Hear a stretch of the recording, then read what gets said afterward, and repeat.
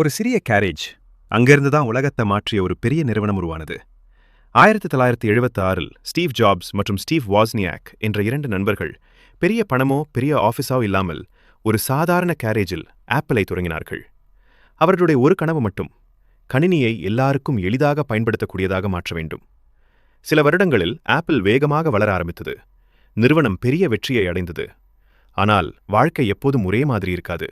ஒரு நாள் Steve jobs தான் தொடங்கிய அதே ஆப்பிள் நிறுவனத்திலிருந்து வெளியேற்றப்பட்டார். பலருக்கு இது வாழ்க்கையின் முடிவாக இருக்கும். ஆனால் ஸ்டீவ் ஜாப்ஸ் இதை தோல்வி என்று நினைக்கவில்லை. அவர் மீண்டும் தொடங்கினார். நெக்ஸ்ட் என்ற புதிய நிறுவனத்தை ஆரம்பித்தார்.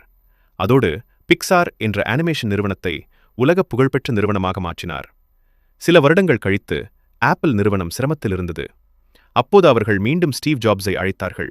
அவர் திரும்பி வந்த பிறகு ஐமேக், ஐபாட், ஐபோன், ஐபேட் போன்ற உலகத்தை மாற்றிய ப்ராடக்ட்ஸை உருவாக்கினார்.